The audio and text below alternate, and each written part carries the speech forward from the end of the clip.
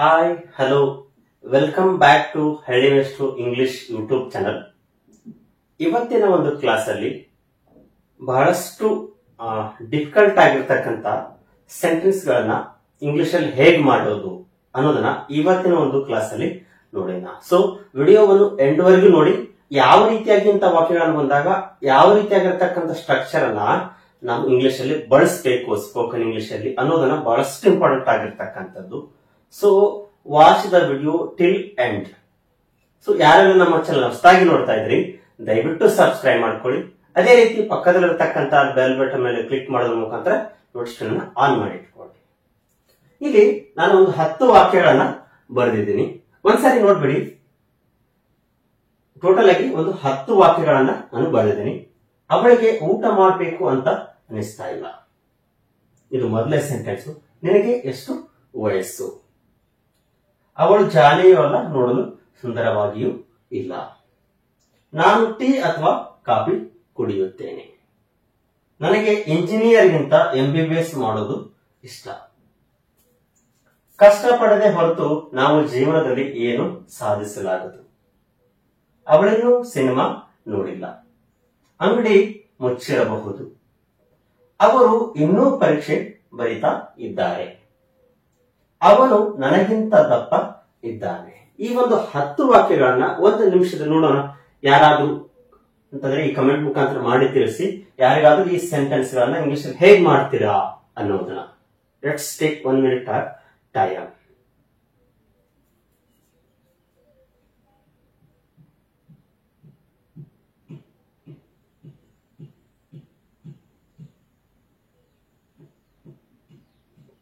Okay, ಮೊದಲನೇದಾಗಿ ನೋಡೋಣ. ಅವಳಿಗೆ ಊಟ ಮಾಡಬೇಕು ಅಂತ ಅನಿಸ್ತಾ ಇಲ್ಲ. ಈ ತರ ಬಂದಾಗ ಅನಿಸ್ತಾ ಇಲ್ಲ ಅಂತ ಬಂದಾಗ ಡಸಂಟ್ ಅಂತ ಬಳಸ್ತೇವೆ. Doesn't feel like. ಈಗ ನೋಡಿ, ಅವಳಿಗೆ ಅಂದ್ರೆ ಶಿ ಡಸಂಟ್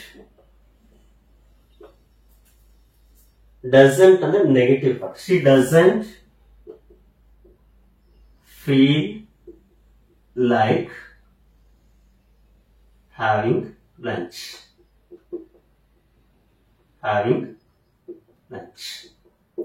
ನನಗೆ ಊಟ ಮಾಡಬೇಕು ಅಂತ ಅನಿಸ್ತಾ ಇದ್ದಾದ್ರೆ ಶಿ ಫೀಲ್ಸ್ ಲೈಕ್ ಈಟಿಂಗ್. ನನಗೆ ಊಟ ಮಾಡಬೇಕು ಅಂತ ಅನಿಸ್ತಾ ಇದೆ ಅನ್ಲಿಕ್ಕೆ ಈ ರೀತಿ ಹೇಳಿರ್ತೇವೆ. ಅದನ್ನೇ ಅನಿಸ್ತಾ ಇಲ್ಲ ಅನ್ನೋದಕ್ಕೆ she doesn't feel like having lunch. Feel like ಅನ್ನೋದನ್ನ ಬಳಸ್ತೇವೆ. ಅದರಿಂದ ನೆಗೆಟಿವ್ ಹಾಕಿದ್ರೆ ಈ ಒಂದು ಅರ್ಥವನ್ನ ಕೊಡುತ್ತೆ. ನೆಕ್ಸ್ಟ್ ನೋಡಿ, ನಿನಗೆ ಎಷ್ಟು ವಯಸ್ಸು? ಎಷ್ಟು ಅಂತ ಕೇಳಲಿಕ್ಕೆ ಕೆಲವೊಂದು ಸಮಯದಲ್ಲಿ ಹೌ ಮಚ್ ಅಂತ ಬಳಸ್ತೇವೆ. ಬಟ್ ಆದ್ರೆ ಇಲ್ಲಿ ಒಂದು ಸ್ಪೆಸಿಫಿಕ್ ಆಗಿ ಒಂದು ಫ್ರೇಸ್ ಅನ್ನು ನಾವು ಬಳಸ್ತೇವೆ. ಏನಂತಂದ್ರೆ how old are you? How old are you? ನಿನಗೆ ಎಷ್ಟು ವಯಸ್ಸು? ನಿನಗೆ ಅಂತ ಕೇಳಿಕೆ ಯು ಅಂತ ಬಳಸ್ತೇವೆ.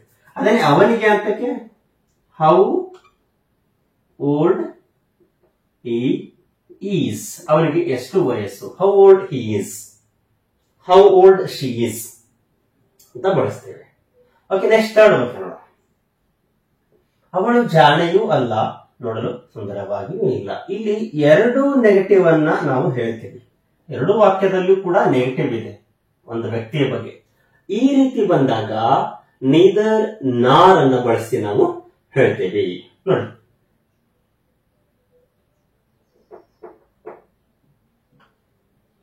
neither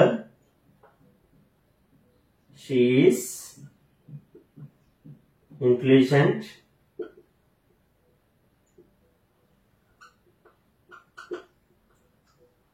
nor beautiful. Neither she is intelligent nor beautiful. Intelligent ಅಲ್ಲ, ಅವಳು ನೋಡಲು ಸುಂದರವಾಗಿ. ಅಂದ್ರೆ 2 ಗುಣಗಳಲ್ಲಿ ಅವು 2 ಇಲ್ಲ ಅಂತ ನಾವು ಹೇಳ್ತೇವೆ. ನೈದರ್ ನಾರ್ ಅಂದ್ರೆ ನೆಗೆಟಿವ್, ನಾಟ್ ಬದಲಾಗಿ ನೀದರ್ ನಾರ್ ಅಥವಾ ನೈದರ್ ನಾರ್ ಅನ್ನು ನಾವು ಬಳಸ್ತೇವೆ.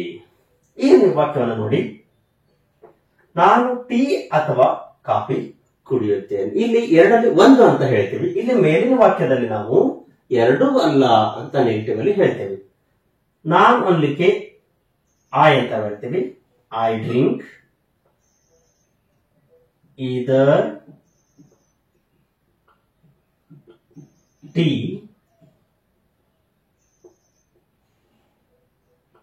R coffee. I drink either tea or coffee. ನಾನು ಚಾ ಅಥವಾ ಕಾಫಿ ಕುಡಿಯುತ್ತೇನೆ. ಅಂದ್ರೆ ಎರಡರಲ್ಲಿ ಒಂದನ್ನು ನಾನೇನ್ ಮಾಡ್ತೇನೆ, ಡ್ರಿಂಕ್ ಕುಡಿತೇನೆ ಅಂತ ಅರ್ಥ. ಐದರ್ ಟೀ ಆರ್ ಕಾಫಿ. ಇಲ್ಲಿ ನೋಡಿ, ನನಗೆ ಇಂಜಿನಿಯರ್ಗಿಂತ MBBS ಮಾಡೋದು ಇಷ್ಟ. ಈ ರೀತಿ ಬಂದಾಗ ನಾವು ಪ್ರಿಫರ್ ಟು ಅಂತ ನಾವು ಬಳಸಿ ಹೇಳ್ತೀವಿ. ಏನಂತ? I prefer MBBS to engineering. ನಾವು ಮೊದಲಿಗೆ ಯಾವುದಕ್ಕೆ ಇಂಪಾರ್ಟೆನ್ಸ್ ಕೊಡ್ತೇವಲ್ಲ ಅದನ್ನು ನಾವು ಪ್ರಿಫರ್ ನಂತರ ಬಳಸಬೇಕು. I prefer MBBS. ನನಗೆ MBBS ಮಾಡೋದೇ ಇಷ್ಟ, ಎದಕ್ಕಿನ? ಇಂಜಿನಿಯರ್ಕಿನ ಅಂತೆ. ಪ್ರಿಫರ್ ನಂತರ ಬರ್ತಕ್ಕಂಥದ್ದು ಯಾವುದು? ಯಾವುದಕ್ಕೆ ನಾವು ಇಂಪಾರ್ಟೆನ್ಸ್ ಕೊಡ್ತೇವಲ್ಲ ಅದಕ್ಕೆ ಹೇಳ್ಬೇಕು. ಆಮೇಲೆ ನಂತರ ಸೆಕೆಂಡ್ ಆಪ್ಷನ್ಗೆ ನಾವು ಟು ನಂತರ ಬಳಸಿ ನಾವು ಹೇಳ್ತೇವೆ. ನೋಡಿ ಯಾವ ರೀತಿಯಾಗಿರ್ತಕ್ಕಂಥ, ಈ ರೀತಿ ಬಂದಾಗ ಹೇಗೆ ಬಳಸೋದು. ನೆಕ್ಸ್ಟ್ ನೋಡಿ, ಕಷ್ಟ ಪಡದೆ ಹೊರತು ನಾವು ಜೀವನದಲ್ಲಿ ಏನು ಸಾಧಿಸಲಾಗದು. ನಾನು ನಿನ್ನೆ ಒಂದು ವಿಡಿಯೋ ಮಾಡಿದ್ದೆ. ಅನ್ಲೆಸ್ ಅಂತ ಒಂದು ವರ್ಡ್ ಮುಖಾಂತರ ನಾವು ವಾಕ್ಯವನ್ನ ಹೇಗೆ ಮಾಡೋದು ನೋಡಿ.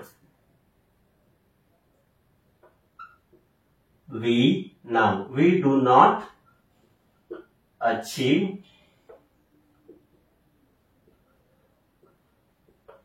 unless work hard.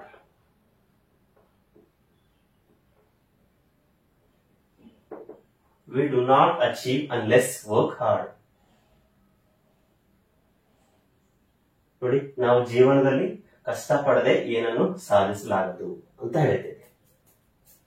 ಅವಳಿನ್ನು ಸಿನಿಮಾ ನೋಡಿಲ್ಲ. ಈ ರೀತಿ ಬಂದಾಗ ಫಾಸ್ಟ್ ಪಾರ್ಟಿಸಿಪಲ್ ಅನ್ನ ನೆಗೆಟಿವ್ ಅಲ್ಲಿ ಬಳಸಿ ಯೆಟ್ ಅನ್ನೋದನ್ನ ಕೊನೆಯಲ್ಲಿ ಬಳಸ್ತೇವೆ. ನೋಡಿ, ಸಿ ಹ್ಯಾಸಂಟ್